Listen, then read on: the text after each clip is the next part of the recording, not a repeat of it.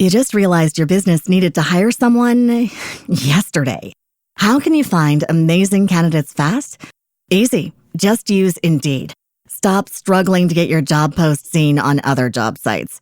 With Indeed sponsored jobs, your post jumps to the top of the page for your relevant candidates, so you can reach the people you want faster. According to Indeed data, sponsored jobs posted directly on Indeed have 45% more applications than non-sponsored jobs. Don't wait any longer. Speed up your hiring right now with Indeed. And listeners of this show will get a $75 sponsored job credit to get your jobs more visibility at Indeed.com/PODKATZ12. Just go to Indeed.com/PODKATZ12 right now and support our show by saying you heard about Indeed on this podcast. Terms and conditions apply. Hiring? Indeed is all you need. First, I want to address the idea of a glass ceiling. If I hit a glass ceiling, I'm going out of the door and going into the other room. And so you got to be thoughtful about what opportunities can I create. And I'm just a girl from H-Town, from Houston, Texas, who had the audacity to bet on myself. Yeah. So I would say to tech recruiters, bet on yourself, turn your cocky up. One of my favorite influencers said that. Ooh. And have the audacity to dream big and do what you want to do. Applicant tracking systems, AI, resumes don't hire. Humans do. That's true. Humans make the hiring decisions, and so there will always be an element where human touch is required. Y'all know why y'all clicked on this video. It's because of this incredible interview that you are about to watch. As always, give a round of applause. If you're driving in the car while you're listening to this, tap your steering wheel so you don't wreck. Your Texas New Black guest, Ms. Brittany King. Thank you so much for having me. No, thank you for accepting to be a guest on Texas New Black. Absolutely. We're Absolutely. very honored to have you. Sure. Yeah. So look, we got to jump into it because I got some questions. Okay, I got answers. Okay, let's get to it. All right, so look, I was looking on your LinkedIn. I was scrolling on your LinkedIns, and I was like, yo, like you have been doing recruiting since roughly like 2008, and you've done it at like about 16 companies. If I was counting correct, I'm not the best at counting, but I was counting.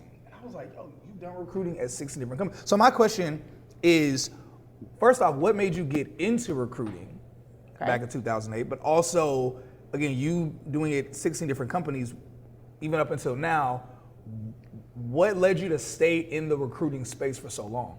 So first I'm going to say with the 16 different companies, I'm a job hop to the day I die. Okay.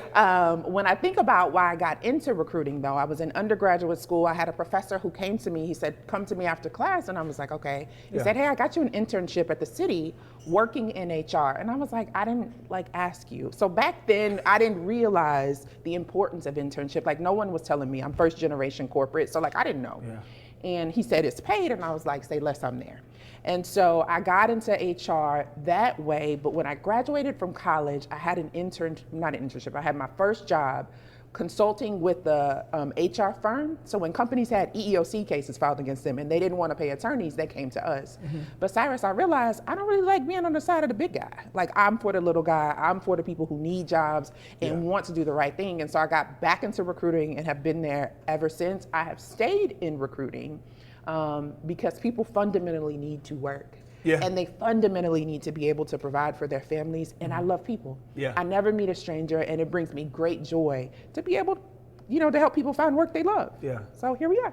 That's fire. Yeah. Loki, I think you might be the most decorated recruiter, or at least experienced recruiter that I've ever seen. Aww. Yeah. Just a little bit of a sidebar. But that being said, so you mentioned job hopping. Now, we talked a lot on Texas New Black about job hopping, never from a perspective of a recruiter. So that's really interesting and cool to hear you say that. That being said, let's ask a question that we know that y'all gonna want to hear the answer to.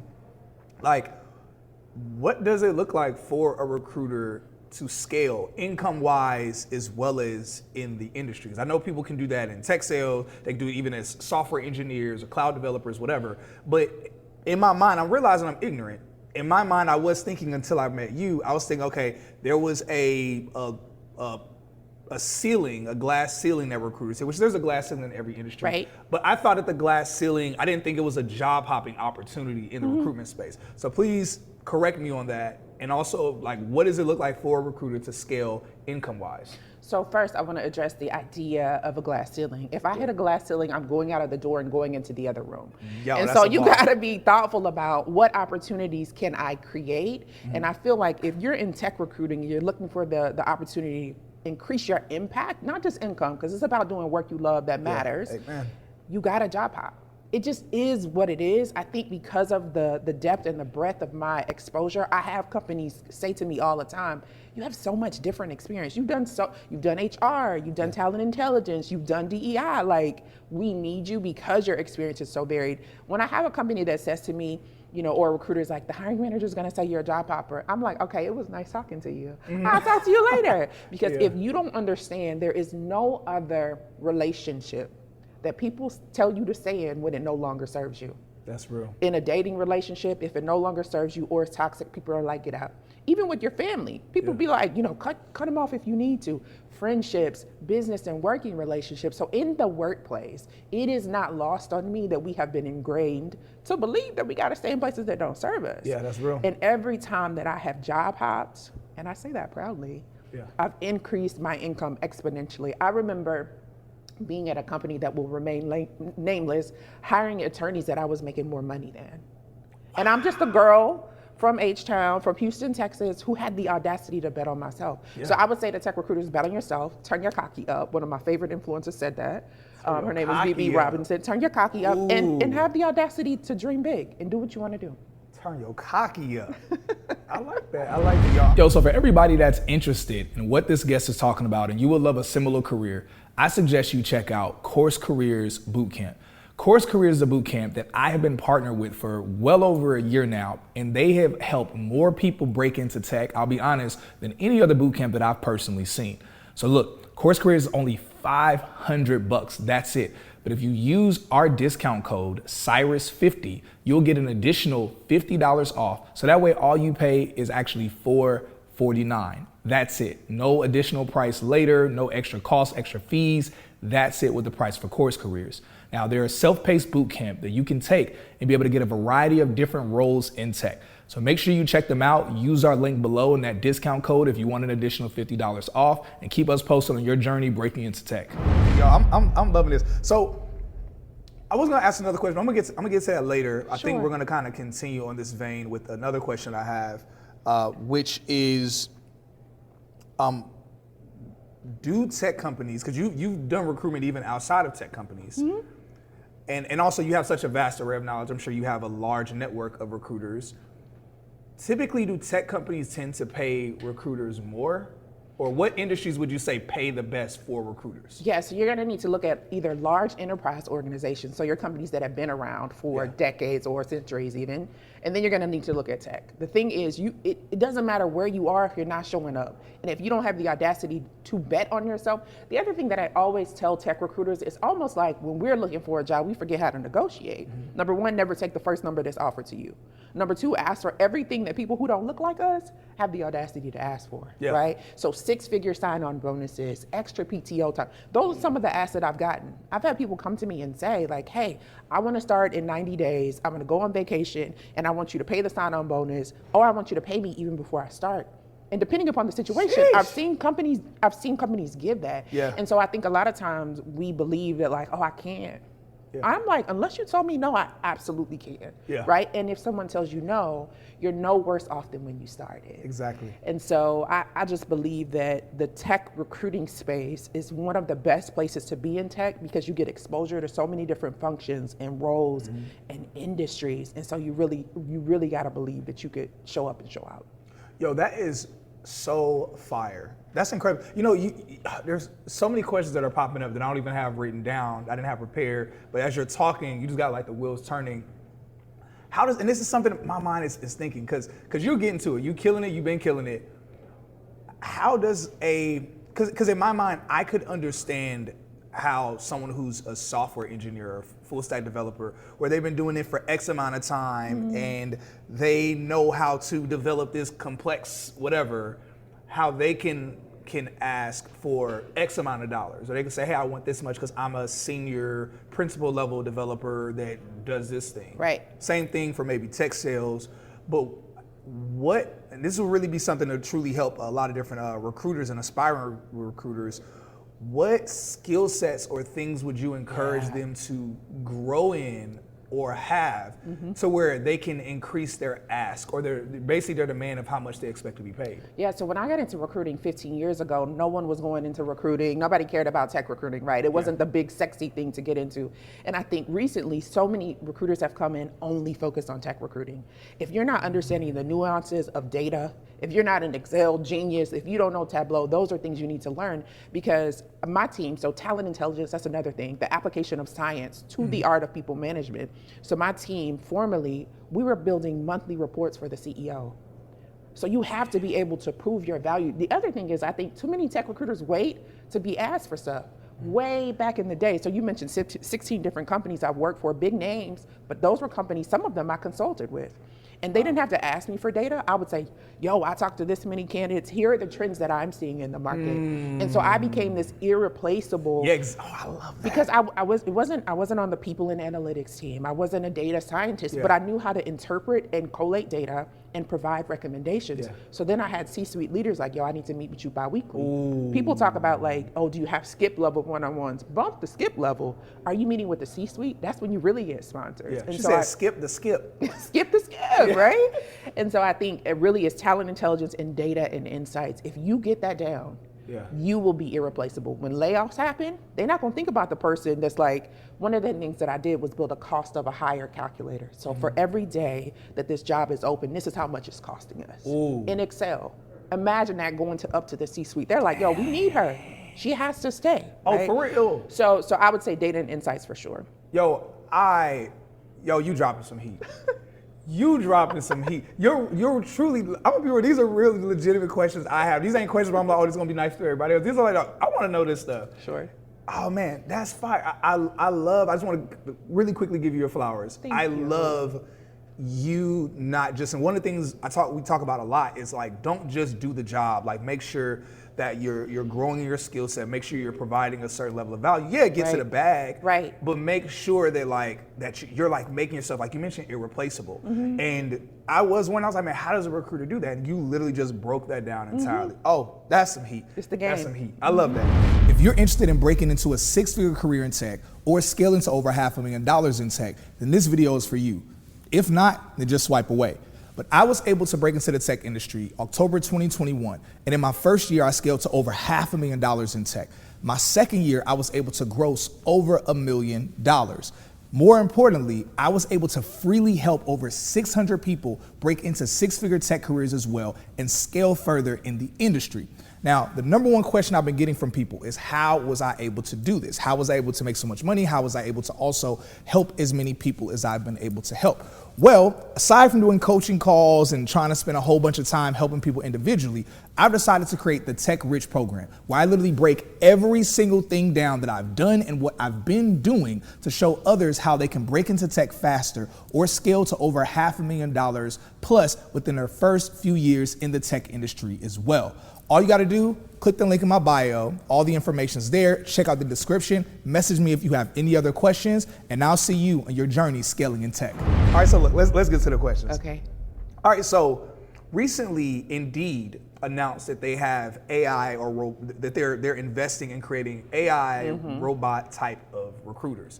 Of course, they're not the only company. There are a plethora of different companies popping up with different tools or programs where it's seemingly some of them are looking to eventually try to replace recruiters. Now, of course, that's not going to happen anytime soon. Right. But what I want to know from you is, okay, what are your thoughts on some of these things? Yeah. And what, just in your senior level, what would you say to younger, newer recruiters as to what they can do? You kind of touched on a little bit with the last statement, but maybe if there's something else you can mention that they can do to make themselves more, just continue to being competitive in the market, even against AI and these other tools that are coming out. So number one, AI has been around for a really long time. Yeah. I feel like it's just booming now. Like everyone, like it's the new thing to be paying attention to. Yeah. But I was using AI in recruiting back in 2014 for the first time. Whoa. Right? So I think that it's not so much about AI, but it's more about how are you going to qualify yourself. A lot of times people wait to be qualified. Like, oh, the job description says I gotta have this. No. Qualify yourself by going above and beyond. Applicant tracking systems, AI, resumes don't hire. Humans do. That's true. humans make the hiring decisions. And so there will always be an element where human touch is required. When I think about last year, the EEOC came out with guidance that talked about AI tools in recruiting actually create bias towards persons with disabilities. And that if you don't have a human approach in tandem with AI, then you're at risk, right? EEOC cases are the #1 cases filed last year. Whoa, that's crazy. The second one was retaliation cases related to persons with disabilities, right? And so it's like, if you're not paying attention to what you can do as a human, how can you optimize this? If you are a recruiter right now, which camera? This camera? If you're a recruiter right now, you need to learn how to write AI. You just realized your business needed to hire someone yesterday. How can you find amazing candidates fast? Easy. Just use Indeed. Stop struggling to get your job post seen on other job sites. With Indeed sponsored jobs, your post jumps to the top of the page for your relevant candidates, so you can reach the people you want faster. According to Indeed data, sponsored jobs posted directly on Indeed have 45% more applications than non-sponsored jobs. Don't wait any longer. Speed up your hiring right now with Indeed.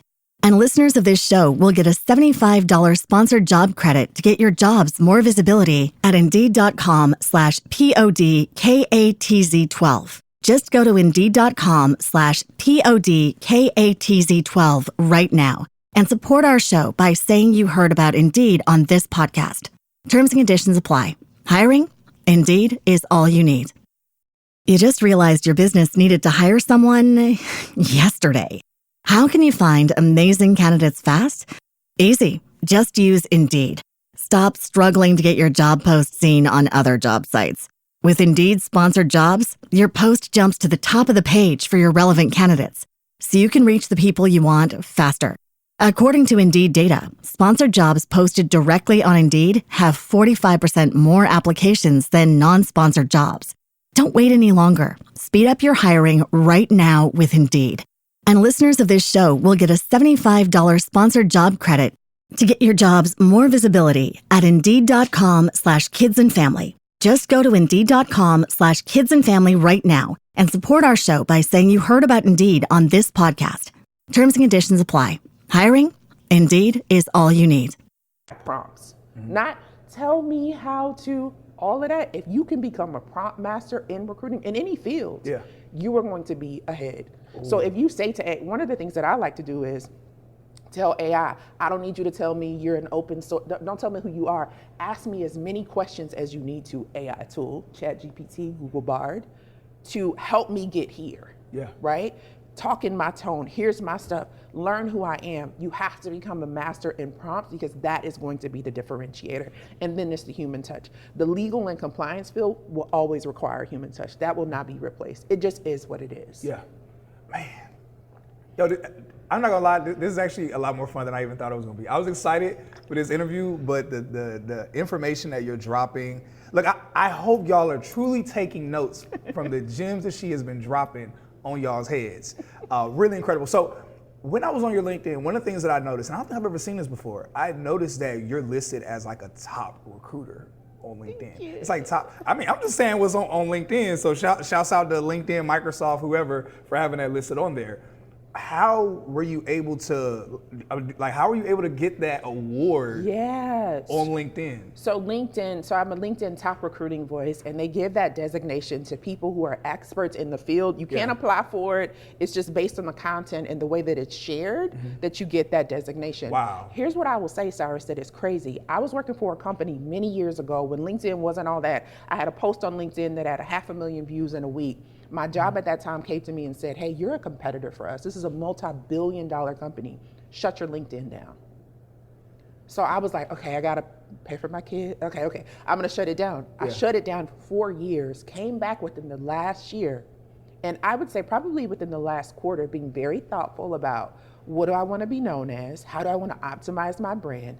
And in that time, exponentially increased my LinkedIn presence and got that designation. So I say all that to say, even when things look like they're not working out, sometimes the things that don't work out for you really worked out for you.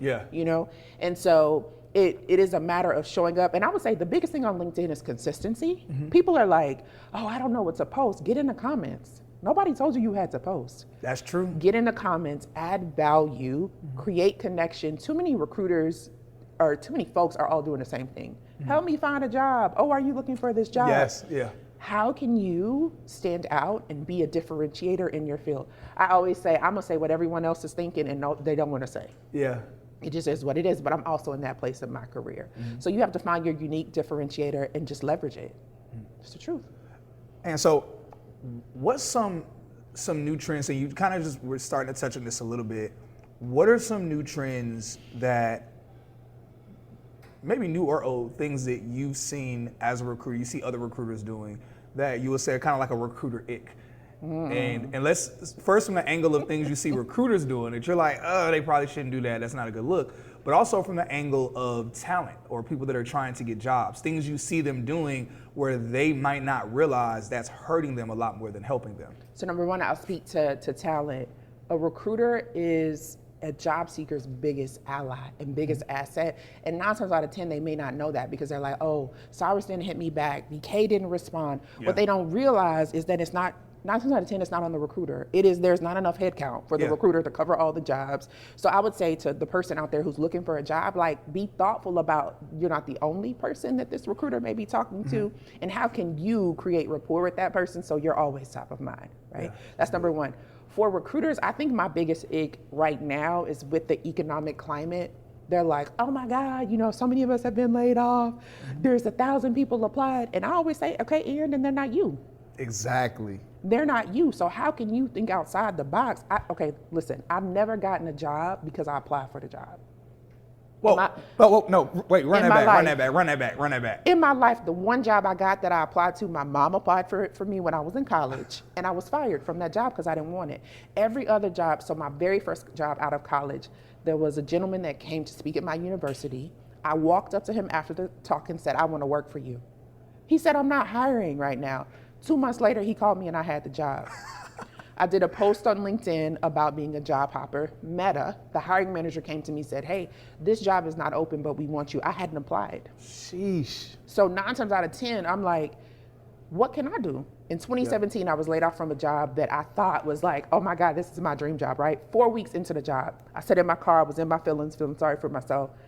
And about a week later, I was like, what can I do that's different? I put a post on LinkedIn that said, now interviewing my next employer, Fresh Prince version.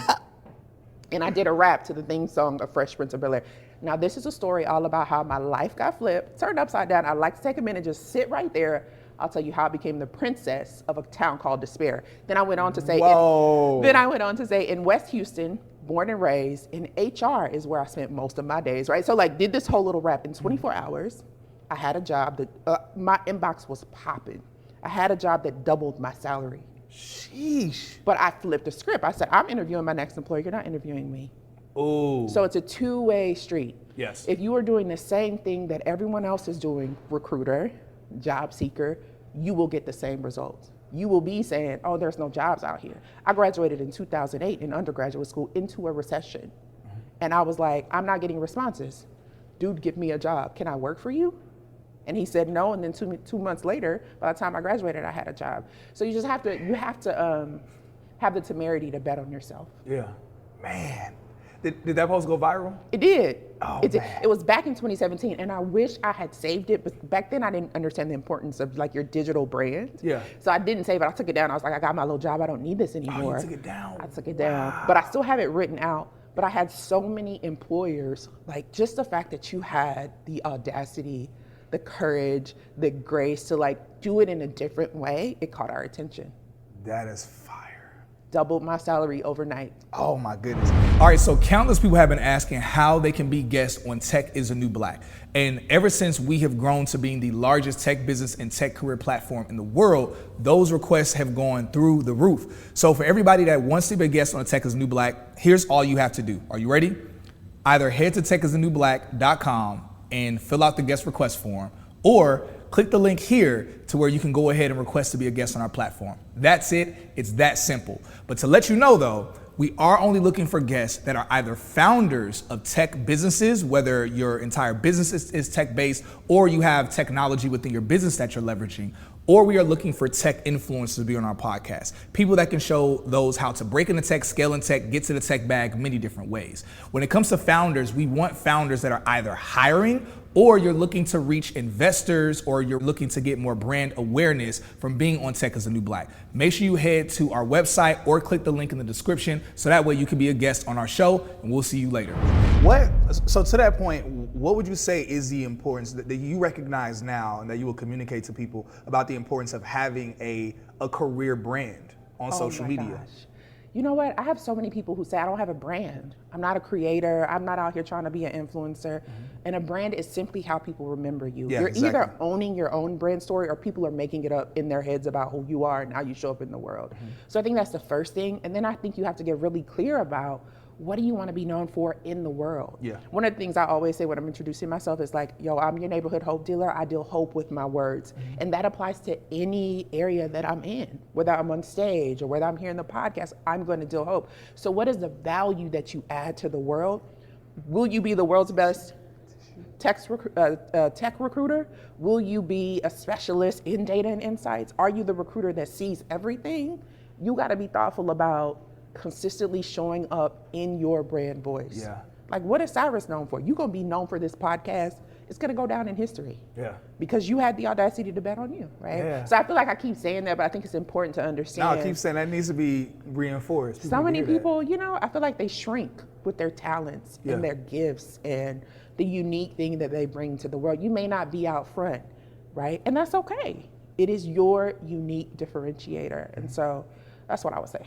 It's so important you mentioning how we oftentimes shrink. I know for myself, my background just in church, oftentimes the communities that I was in were really big on humility, which humility is a really important thing, but it was so drilled in me to not be prideful, to not be arrogant, to not be this thing. And many times you walk around, it might even sometimes be like a false humility where you're acting more humble than you actually are. And I found how, even now I still struggle and deal with that, where I'm always sometimes, let me not do too much, let me not think too much. But I've realized, man, that's only hurt me. That's never helped me in life, ever. Well, I think so I'm a preacher's kid. That's what I was like, when you said church. Yeah. So I think there's a difference in being humility and having grace and not showing up, honoring the gifts and talents that you have, right? So I think growing up in the church, you feel like, oh, you need to shrink, you need to do this. It's kind of the ingrained message you get, not explicitly, but you get that message. Yeah. But I believe it's an affront to the character of God, not to do what you're supposed to do in the world. Yeah. So if you are being called to do something excellent and you're shrinking, saying, oh, I need to be humble, I don't need to be, I think confidence is from God. I think He is the creator, and I think He has expectations of us to literally do the things we're supposed to do. Yeah. And so I just think humility and arrogance are not necessarily mutually exclusive. I think that there's a time to be humble, but there's also a time to recognize your gifts and operate in them. Yeah, definitely. No, I've definitely been seeing that more and more. And before I got into the tech industry, I started kind of like unpacking that, and that was one of the things that allowed me to get into the industry, was because, and one of the things I noticed, that it allowed my faith to truly grow in a real way. Yeah.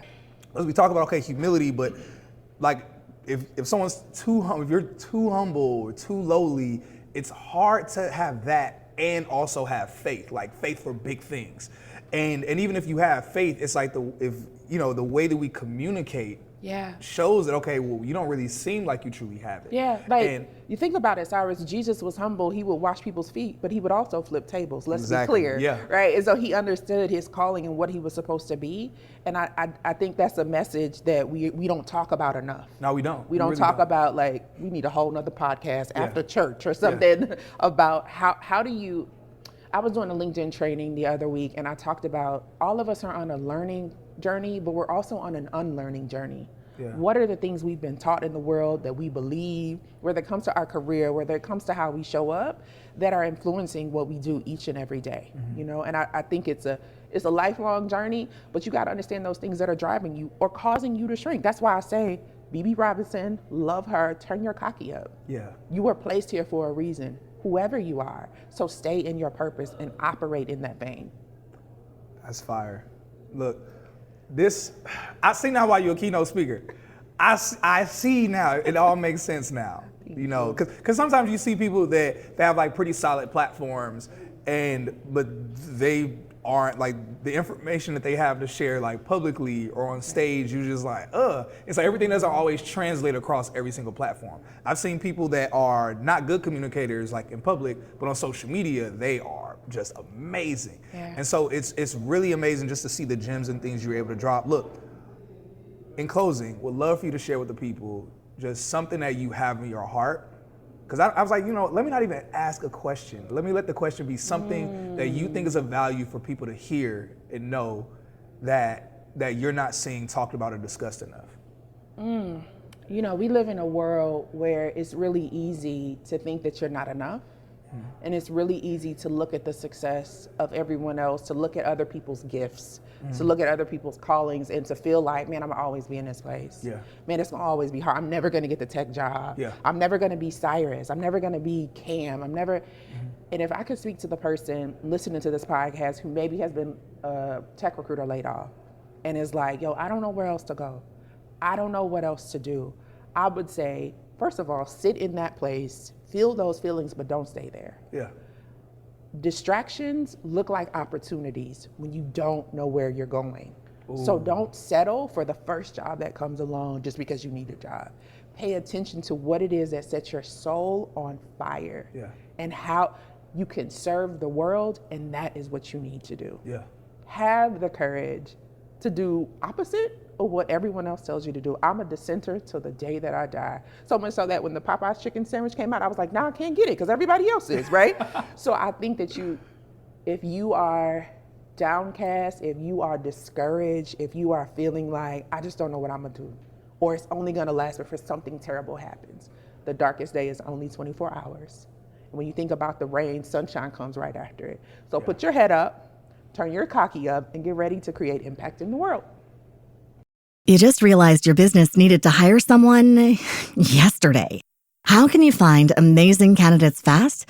Easy. Just use Indeed. Stop struggling to get your job post seen on other job sites. With Indeed sponsored jobs, your post jumps to the top of the page for your relevant candidates, so you can reach the people you want faster. According to Indeed data, sponsored jobs posted directly on Indeed have 45% more applications than non-sponsored jobs. Don't wait any longer. Speed up your hiring right now with Indeed. And listeners of this show will get a $75 sponsored job credit to get your jobs more visibility at Indeed.com/PODKATZ12. Just go to Indeed.com/PODKATZ12 right now and support our show by saying you heard about Indeed on this podcast. Terms and conditions apply. Hiring? Indeed is all you need. You just realized your business needed to hire someone yesterday. How can you find amazing candidates fast? Easy. Just use Indeed. Stop struggling to get your job post seen on other job sites. With Indeed sponsored jobs, your post jumps to the top of the page for your relevant candidates, so you can reach the people you want faster. According to Indeed data, sponsored jobs posted directly on Indeed have 45% more applications than non-sponsored jobs. Don't wait any longer. Speed up your hiring right now with Indeed. And listeners of this show will get a $75 sponsored job credit to get your jobs more visibility at Indeed.com/PODKATZ13. Just go to Indeed.com/PODKATZ13 right now and support our show by saying you heard about Indeed on this podcast. Terms and conditions apply. Hiring? Indeed is all you need.